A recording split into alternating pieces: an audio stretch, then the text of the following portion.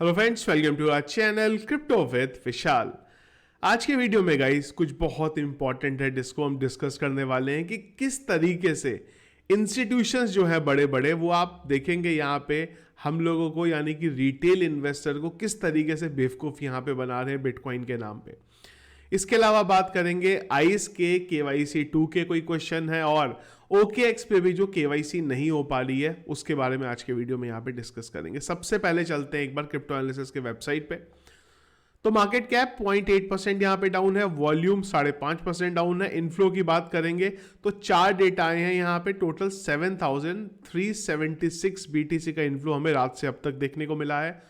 Fear and gear index greed 63 में पिछले एक घंटे के अगर आप यहाँ पे सेंटीमेंट की बात करते हैं तो वो सेल की तरफ है।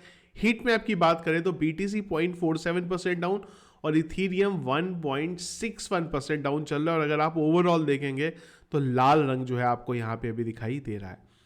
बिटकॉइन के बारे में गाइस अगर बात करें तो जब ये वीडियो बना रहा हूं मैं, बिटकॉइन का प्राइस है 42,642।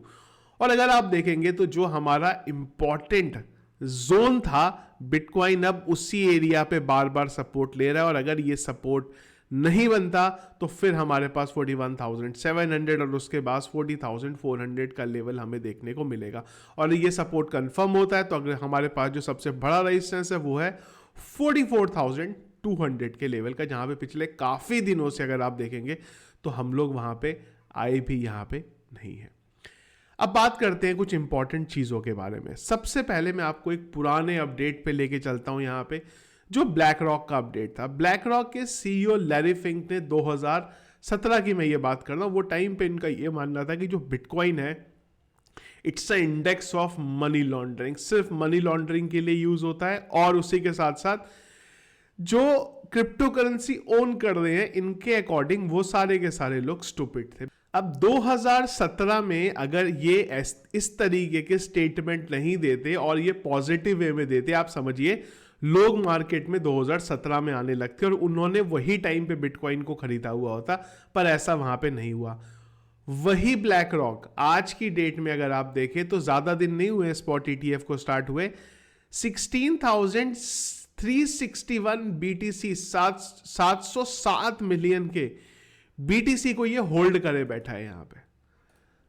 उस टाइम पे नेगेटिव स्टेटमेंट खुद ही शायद, अब ये भी पता नहीं, वो टाइम पे शायद खुद ही बाय करने लग गए हो ये मार्केट में दिखा के कि भाई ये तो बहुत खराब चीज है मत खरीदो, और 6 साल बाद खुद ही स्पॉट ETF लाने के लिए सबसे आगे। और आज इनका मानना है दुनिया में सबसे जो अच्छा इन्वेस्टमेंट है वो यहां पे बिटकॉइन है।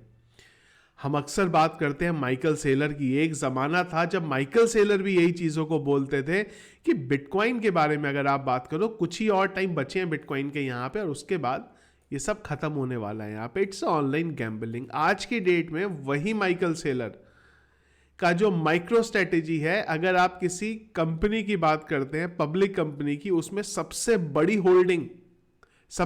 होल्डिंग यहां पे माइकल सेलर के माइक्रो स्ट्रेटेजी की है। और कोई दिन ऐसा नहीं जाता जब माइकल सेलर ट्विटर पे ट्वीट ना करते हो कुछ बिटकॉइन के बारे में। ये सब मैं आपको क्यों बता रहा हूं, ये बता रहा हूं अगले अपडेट के लिए, लिंक करने के लिए। वहां से रिसेंटली यहां पे JP मॉर्गन के CEO ने ये बोला है कि आने वाले टाइम में ये बिटकॉइन जो है 0 हो जाएगा। और इन्होंने यहां तक बोला है कि सतोशी नाकामोटो वापस आएंगे और उसके बाद बिटकॉइन की सप्लाई को, जो 21 मिलियन की सप्लाई है, उसको बढ़ा देंगे और उसके बाद सारी चीजें यहां पे क्रैश हो जाएंगी। ये दुनिया के सबसे बड़े बैंक्स में से एक जो है JP मॉर्गन, उनके CEO का बोलना है। जबकि रियलिटी ये है कि अगर आज सतोशी नाकामोटो वापस भी आ जाएं तो भी वो बिटकॉइन की सप्लाई को नहीं बढ़ा सकते। हाँ, ये जरूर है कि वो सारे अगर अपने बिटकॉइन सेल कर देंगे तो मार्केट में क्रैश आ जाएगा, बड़ा वाला, तगड़ा वाला।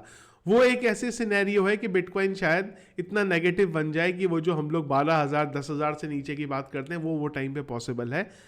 लेकिन इस तरीके के स्टेटमेंट यहां पे लेके आना कि वो वापस आएंगे और सप्लाई को बढ़ा देंगे, जो चीज यहां पे पॉसिबल ही नहीं है।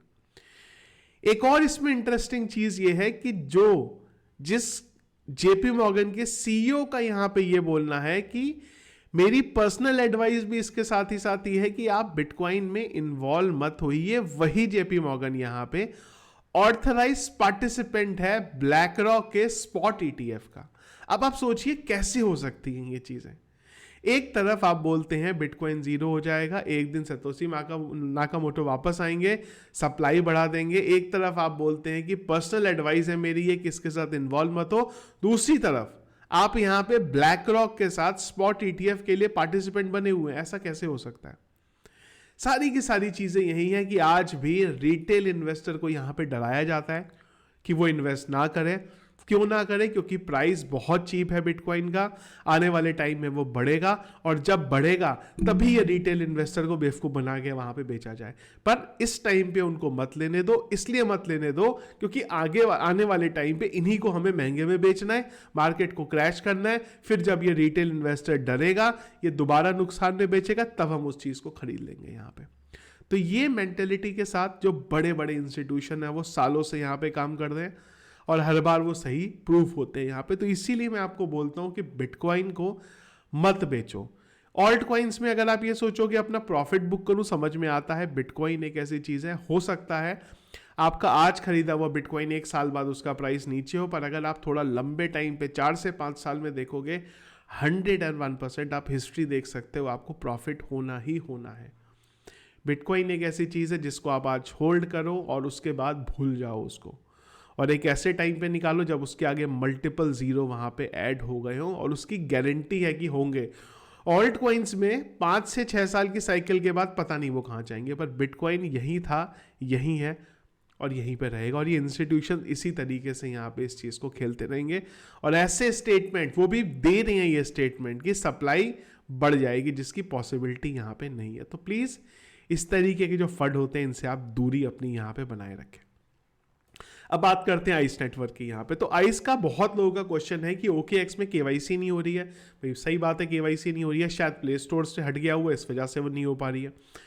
तो आइस ने ऑफिशियली ये भी अनाउंस किया है कि यूनिस्वैप के ऊपर भी वो 19 तारीख को 8:30 बजे लेके आ रहे हैं। तो आप अगर वहां से भी सेल आउट करना चाहे मेटामास्क को कनेक्ट करके, तो अब आप यहाँ पे ये काम भी कर सकते हैं। ये बात बिल्कुल सही है कि अगर 3:30 बजे अगर ये लॉन्च होता है OKX पे, और अगर ये 8:30 बजे रात पे लॉन्च होता है, तो इतने 5-5.5 घंटे में तो बहुत डंप हो जाएगा। बिल्कुल पॉसिबिलिटी है, पर इसके अलावा कुछ और ऑप्शन नहीं है। एक और ऑप्शन ही है जो मैंने पहले भी बोला था, मेटामास्क में पड़े रहने दो। जब आपके वॉलेट में आते हैं मेटामास्क या फिर ट्रस्ट वॉलेट में पड़े रहने दो, जब किसी दूसरे एक्सचेंज पे लिस्ट होगा वो टाइम पे उसे निकाल दो। एक और बहुत बड़े क्वेश्चंस यूजर्स के आ रहे हैं, वो आ रहे हैं केवाईसी को लेके। तो मैंने ट्विटर पे ना आइस के ब्लॉकचेन को टैग करके एक ट्वीट किया है यहाँ पे। तो ये ट्वीट का लिंक मैं आपको वीडियो के डिस्क्रिप्शन पे भी दे दूंगा। ज्यादा से ज्यादा इस ट्वीट को शेयर करो, और जो भी आपके प्रॉब्लम आते हैं ना उसमें आइस के ब्लॉकचेन को टैग करके क्वेश्चन पूछो। मैक्सिमम क्वेश्चन अभी यूजर्स के हैं केवाईसी को लेके, केवाईसी 2 नहीं हो रही है। तो देखो केवाईसी 2 नॉर्मली तब होती थी जब आप अपनी माइनिंग स्टार्ट करते थे, उसी टाइम पे पॉपअप आता था और वहां से आप अपनी केवाईसी यहां पे कर सकते थे। इसके अलावा जहां तक मुझे पता है कोई सेपरेट विंडो केवाईसी 2 की नहीं है। जैसी माइनिंग स्टार्ट करोगे आपको ये मिल जाएगा। तो इसी के लिए मैंने टैग किया है, इनको टैग करो और ये क्वेश्चन पूछो, रिप्लाई आप लोगों को यहीं पे देखने को मिलेगा। और भी अगर कोई आइस का प्रॉब्लम है, क्वेश्चन है, तो वो भी आप यहाँ पे पूछ सकते हैं। तो ये था गाइस हमारा आज का वीडियो, और मुझे लगा बहुत इंपॉर्टेंट चीज़ है ये डिस्कस करना, क्योंकि इस तरीके की जब न्यूज़ आती है ना तो लोग थोड़ा सा सोचते हैं कि यार इतना बड़ा CEO, इतने बड़े बैंक का CEO अगर कुछ बोल रहा है ना तो किसी रीज़न से बोल रहा होगा। पर अगर आप पास्ट हिस्ट्री देखें तो रीज़न यही है, सस्ते में रिटेल इन्वेस्टर को मत लेने दो। हम खरीदेंगे, पर जब प्राइस बढ़ेगा हम तब इस रिटेल इन्वेस्टर को देंगे, और फिर हम प्राइस को डंप करेंगे, और यही रिटेल इन्वेस्टर फिर से हमें कम प्राइस में बेचेगा और मार्केट से चला जाएगा। यही साइकिल रिपीट होती रहती है। तो प्लीज़ इससे बचना है हम सब लोगों को। तो ये था गाइस हमारा आज का वीडियो। पसंद आया आपको तो इसको लाइक और शेयर जरूर करिएगा। फर्स्ट टाइम अगर आप वीडियो देख रहे हैं हमारा, जरूर चैनल को सब्सक्राइब कर लीजिएगा, और बाकी के रेगुलर अपडेट्स के लिए टेलीग्राम को नहीं ज्वाइन किया तो जरूर ज्वाइन करिएगा, लिंक वीडियो के डिस्क्रिप्शन में मिल जाएगा। Thank you friends.